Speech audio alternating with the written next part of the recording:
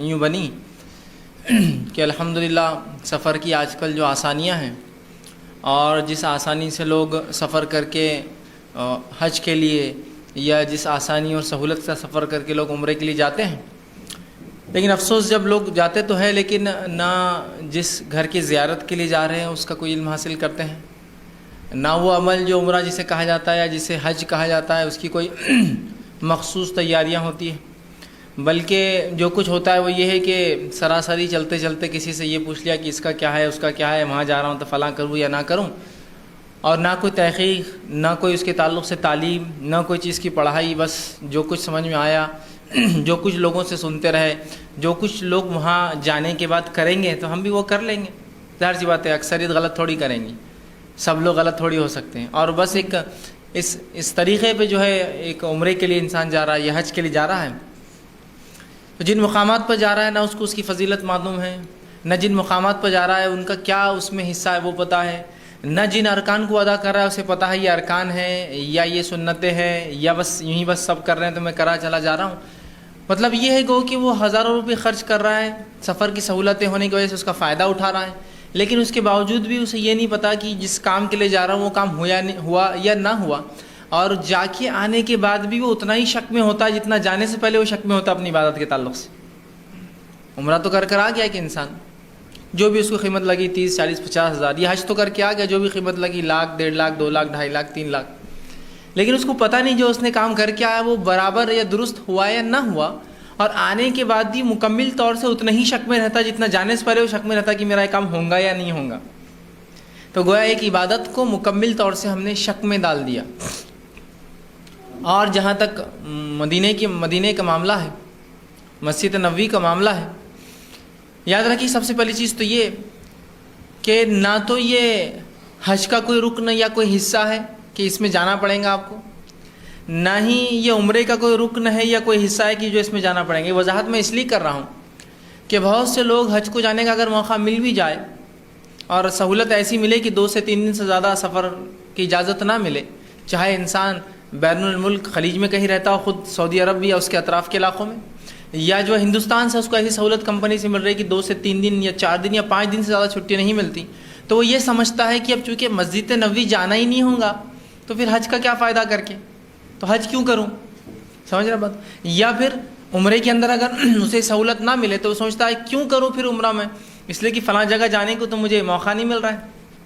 ہوتا ہے بہت سی مرتبہ انسان سفر کرتے ہوئے چلا ہے، جدہ میں کچھ 1 دن رکنے کا موقع مل جائے اسے، سمجھ لیجیے، تو اب وہ سوچتا ہے کہ میں عمرہ بھی کیوں کروں، اس کو لگتا ہے کہ عمرہ میں مسجد نبوی جانا ضروری، حج میں مسجد نبوی جانا ضروری، حالانکہ وہ اگر جدہ ہے تو اتر وہاں سے نکلے احرام باندھے، جا کر 1 دن کیا 3 گھنٹے 2 گھنٹے کے اندر عمرہ ہو جاتا ہے، جا کے نہیں کرتا ہے۔ تو گویا غیر معلومات یا غلط معلومات یا لا علمی یا غیر جس کو بولیں گے بہرحال جو بھی وجوہات ہوں، ہم بہت سی مرتبہ ایسے کام کر بیٹھتے ہیں جس کو امتحان ہے۔ تو مسجد نبوی کے تعلق سے بالخصوص میں نے اس لیے اس باب کو چنا اور اس لیے اس کا جو ہے اس کا انتخاب کیا کہ اس کی فضیلت کیا ہے، انشاءاللہ یہ بھی سامنے آ جائیں گی، اور جو غلط فہمیاں اس کے تعلق سے ہمیں رکھی ہے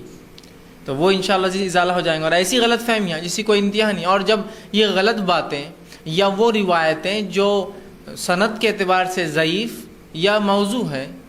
بہت زیادہ مطلب ضعیف یا جو ہے موضوع ہے، ان روایتوں کو جب لوگ بیان کر دیتے ہیں تو آپ کو بھی لگتا ہے سفر اس کے بغیر ہو ہی نہیں سکتا۔ جیسا کہ ایک روایت بیان کی جاتی ہے کہ جو کوئی حج کے لیے آئے اور میری جو ہے مسجد کی زیارت نہ کرے تو اس نے مجھے رسوا کیا،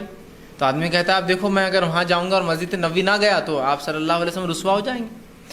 یا جو میری مسجد میں آئے اور پھر وہاں 40 نمازیں ایک ساتھ پڑھے تو اللہ اس کو نفاق سے اور فلاں چیزوں سے بری کر دیتا ہے۔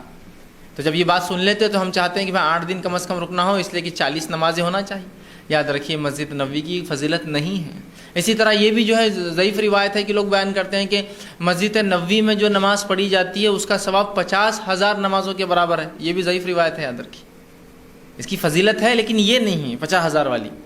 جیسا کہ مسجد حرام کی 1 لاکھ ہے، مسجد نبوی کی جو ہے 50,000، یہ ضعیف روایت ہے، جبکہ مسجد نبوی کے تعلق جو صحیح روایت ہے وہ ہے 1000 نمازیں،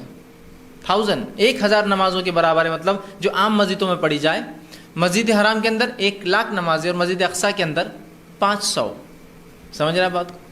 تو یہاں ہم دیکھتے ہیں کہ موضوع روایتیں ضعیف روایتیں اور حتی بہت زیادہ ضعیف جداً جو روایتیں ہوتی لوگ بیان کر دیتے ہیں، اور ہمیں لگتا ہے کہ بس اب تو عمرہ اور حج کا معنی یہی ہوا، مسجد نبوی گئے بغیر عمرہ حج ہوتا نہیں ہے، فلاں ہے، اور عجیب و غریب قسم کے جو ہے خرافات، اور پھر عجیب و غریب قسم کے بدعات، اور پھر انسان کی لا علمی اور جہالت پھر اس پر اور ہو۔ ایک تو جو ہے انسان جو ہے علم حاصل نہ کرے اور پھر اس پر جاہل بھی ہو، ایک سمجھداری بھی تقاضا کوئی ہوتی ہے کہ انسان کو علم نہ ہو کسی مسئلے کا، لیکن اس کی سمجھداری اسے کہتی ہے یار کچھ نہ کچھ ہو رہا ہے گڑبڑ۔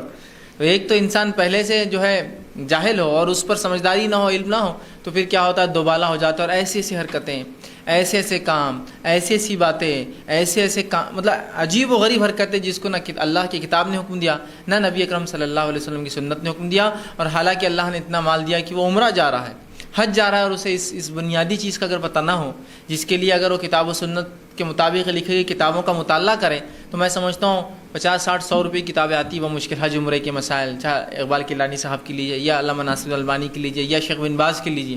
100 روپے سے اوپر نہیں ہوتی، اور جاتا ہے لاکھوں روپیہ خرچ کر کے اس سفر کو، اور 100 روپے خرچ کرنے کی استطاعت یہاں نہیں ہوتی ہے کہ ایک علم کے لیے کہ لاکھ روپیہ جہاں جا رہا ہوں، اور جاتے وقت بھی پورا شک میں اس کی عبادت، اور واپس آنے کے بعد بھی پوری زندگی شک میں گزارتا ہے کہ میں نے وہاں وہ غلطی کیا تو دم واجب تو نہیں ہوا، فلاں چیز کیا تو فلاں تو نہیں ہو گیا، فلاں کام کیا تو میں، مطلب گویا کہ اتنا افضل عمل کر کے آ رہا ہے، مال بھی خرچ کر رہا ہے اس میں، اور اس عبادت کے تعلق سے زندگی بھر شک میں بھی رہتا ہے کہ یہ میرا ہوا یا نہیں ہوا۔ تو کیوں نہ ایسا ہم کر لیں کہ جب ہم ایک سفر پر نکلیں، اتنا پیسہ خرچ کر رہے ہیں، حج کے لیے جا رہے ہیں، عمرے کے لیے جا رہے ہیں، تو کچھ کتاب و سنت سے ماخوذ جو کتابیں ہوتی ہے، یا صحیح اس کا کیا علم ہے اس کا مطالعہ کر لیں، اس کے مطالعہ کرنے کے بعد اس سفر کو ہم طے کریں، نہ کہ یہ کہ آپ نے طے کر لیا کہ بھائی حج کو جانا ہے، اور 2 دن پہلے آپ ڈھونڈ رہے ہیں کہ اب کیا کروں، کوئی کہہ دیتا بھائی جاؤ جو جیسا کر رہے سب کرتے رہو، سب غلط نہیں ہو سکتے، اور بس میں چلا گیا، سب جیسا کر رہے کر کے آ گیا، پھر اگلی بار بولتا نہیں اب کے جا کے صحیح کر کے آؤں گا، اس لیے کہ پچھلی بار بہت غلطیاں ہو گئی، یہ نہیں ہوتا، یاد رکھیے۔ تو کیوں نہ پہلے ہی ان تمام چیزوں کی عمرہ ہے، حج ہے، اتنے افضل عبادتیں تیاری کریں۔ تو اسی زمانے میں نے یہ مناسب سمجھا کہ میں مسجد نبوی اور مدینہ کے تعلق سے کچھ باتیں آپ کے سامنے رکھوں، لیکن